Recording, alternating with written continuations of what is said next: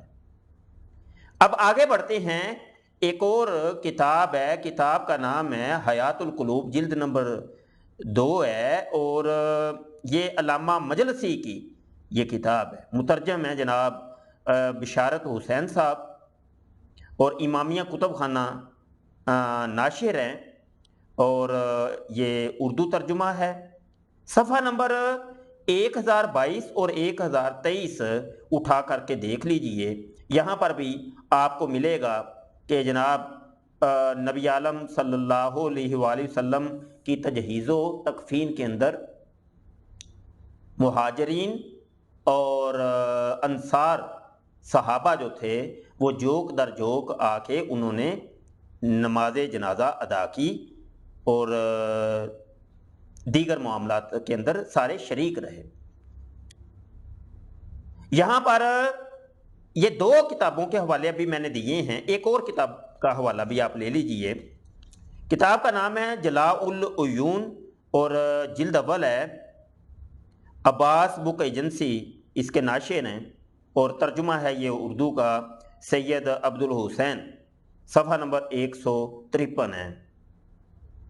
یہاں پر بھی آپ ملاحظہ کر سکتے ہیں کہ جناب امیر دروازے کے آگے کھڑے ہوئے اور حضرت کی نماز پڑھی اور اس کے بعد اصحاب کو اجازت دی، 10 نفر داخل ہوتے، یعنی جوک در جوک یہ ایک جگہ اجتماعی طور پہ نماز جنازہ کو ادا نہیں کیا گیا، بلکہ جوک در جوک 10 20 کی ٹولی آتی، جماعت آتی صحابہ کی، وہ آ کے نماز ادا کرتے اور گرد جنازہ کے کھڑے ہوتے تھے، اور جناب امیر ان کے بیچ میں کھڑے ہو کر یہ آیت پڑھتے تھے۔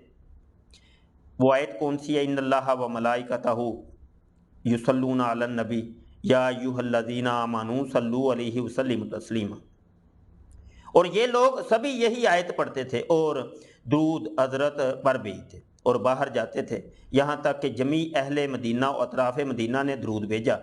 اور طبرسی نے امام محمد باقر سے روایت کی ہے کہ 10 آدمی جاتے اور بغیر امام نماز پڑھتے تھے، بروز شنبہ اور شب سے شنبہ سے صبح تک اور صبح سے شنبہ سے شام تک، یہاں تک کہ جمیع فرد بزرگ مرد و زن مدینہ و اطراف مدینہ سب نے اسی طرح حضرت پر نماز پڑھی۔ اور کلینی نے بسند معتبر امام باقر امام محمد باقر سے روایت کی ہے کہ جب حضرت رسول صلی اللہ علیہ وسلم نے انتقال کیا، جمیع ملائکہ مہاجرین و انصار فوج در فوج آئے اور نماز پڑھنے لگے۔ یہ حوالہ بھی ہمیں بتاتا ہے کہ جناب جمیع صحابہ کرام نے میرے آقا صلی اللہ علیہ وسلم کے نماز جنازہ میں شرکت کی، ان میں انصار بھی شامل تھے تو مہاجرین بھی شامل تھے۔ حضرت ابوبکر صدیق، حضرت عمر فاروق یہ مہاجرین میں شامل ہوتے ہیں۔ آخر میں اہل سنت کی بہت سی کتابوں کے اندر اس مسئلے کو ڈسکس کیا گیا اور بہت سے دلائل ہیں، صرف ایک دلیل یہاں پر ہم دینا چاہتے ہیں۔ یہ سنن ابن ماجہ شریف ہے اور اس کی حدیث نمبر 1558 ہے۔ حضرت عائشہ رضی اللہ عنہا سے روایت ہے، انہوں نے فرمایا جب رسول اللہ صلی اللہ علیہ وسلم کا انتقال ہوا تو صحابہ رضی اللہ عنہم میں بغلی لحد والی یا سیدھی شک والی قبر کے بارے میں اختلاف ہو گیا۔ انہوں نے اس بارے میں بحث کی حتیٰ کہ ان کی آوازیں بلند ہو گئیں۔ حضرت عمر رضی اللہ عنہ نے فرمایا رسول اللہ صلی اللہ علیہ وسلم کے پاس زور سے نہ بولو، خواہ آپ زندہ ہوں یا فوت ہو چکے ہوں، یا ایسے ہی دیگر الفاظ فرمائے۔ چنانچہ انہوں نے سیدھی شک والی قبر بنانے والے اور بغلی لحد والی قبر بنانے والے دونوں کو بلاوا بھیجا۔ بغلی لحد والی قبر بنانے والے پہلے آ گئے، اس نے رسول اللہ صلی اللہ علیہ وسلم کے لیے بغلی لحد والی قبر تیار کی، پھر رسول اللہ صلی اللہ علیہ وسلم کو دفن کر دیا گیا۔ اگر حضرت عمر فاروق رضی اللہ عنہ جنازے کے اندر شریک ہی نہیں تھے تو وہ یہ مشورہ کیوں دے رہے تھے؟ یہ حدیث ہمیں بتاتی ہے کہ حضرت عمر فاروق رضی اللہ عنہ